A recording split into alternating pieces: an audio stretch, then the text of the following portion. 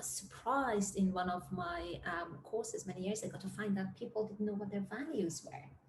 And that's exactly when I realized that, one of the reasons I was so unhappy at work was because my values were not aligned with the values of the culture that I was working within. Yes. So that for me was such a wake up call. And that's when I realized that that's why I've had this gut ache, that gut ache that just doesn't leave you. It's like a fist, isn't it? That's heavy and sitting in your tummy. And you think, I'm sure I didn't overeat. I have no idea what this thing is just weighing so heavy inside my tongue.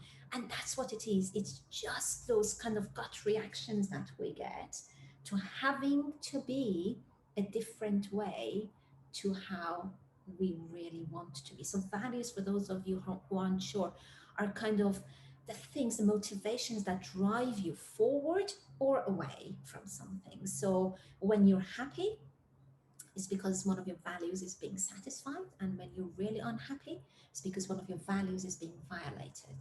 So that's how you could actually find out what your values are. And, the different books kind of quote different things. There's some people who say, what are your 10 values? There's some who would say, what are your six? I like to, I don't know if you're with me, I like to have like five. Five seems to be a nice umbrella, but that's my belief. Doesn't mean that it's right. Sure. It's just my way of doing it. If you're a fan of Brené Brown, she says two. That's all you need. You just need to identify two of your values and you're done. So for me, that doesn't kind of, I'm quite fluffy. I'd like to kind of spread myself a little bit further. So that's why I've chosen five, but it's up to you how many you choose. So find your values and see if your life is lived congruently to those values. And then that's how you know what you need to change. Values and understanding of values and where they come from can be such a powerful thing. It can also be a little bit of a distraction. I think we've all met people who've gone, yeah, great, did a values exercise, read this book, did this thing, and have got these fairly generic, aspirational, positive quality type things, which when you ask where they come from or how that translates into something, and could you now take that understanding and join the dots of your life backwards and understand decisions and motivations and mental states at different points in your life based on them, it kind of falls apart a bit because it hasn't really come from anywhere deep. Because a lot of these things are, aspirational, family, great. What is it specifically about? And that will be different for everyone. It will come from different experiences. It will come from a different place.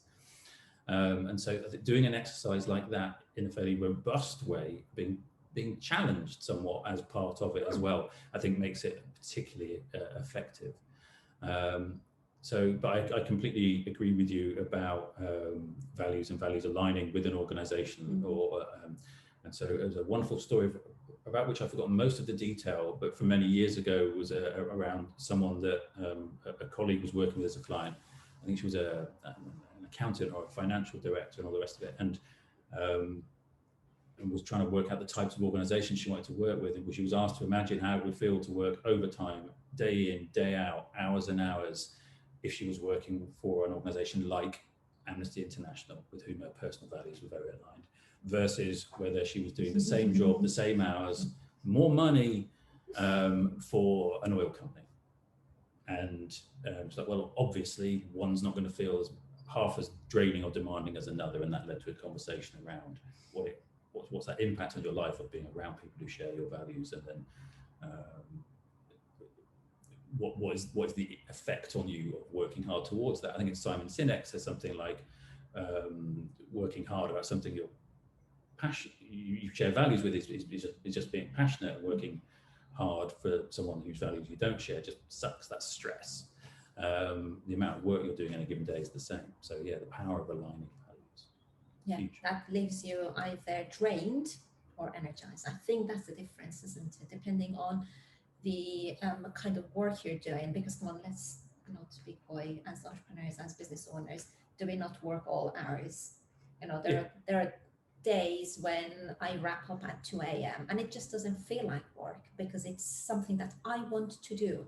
I'm not being forced to do it. I want to do it, and therefore I'm invested in it, and it's, I enjoy it. Yes, of course, it's tiring. Of course, it uses a lot of brain power, but it's energizing at the same time. Yeah, You I was know, I was talking to my eldest son at the weekend about stuff like this. He's having to pick his A-level subjects, and we were talking about how my favourite A-level subject at school was physics, and he looked at me in shock and horror, couldn't You're so understand that. uncool. And I asked him what was the subject that he does at school, that when he walks to the lesson, he's like, man, I would look up this stuff for free. This is not going to feel like work. And he was like, yeah, that's this subject. And I was like, great. That was what that was like for me. It wasn't like studying.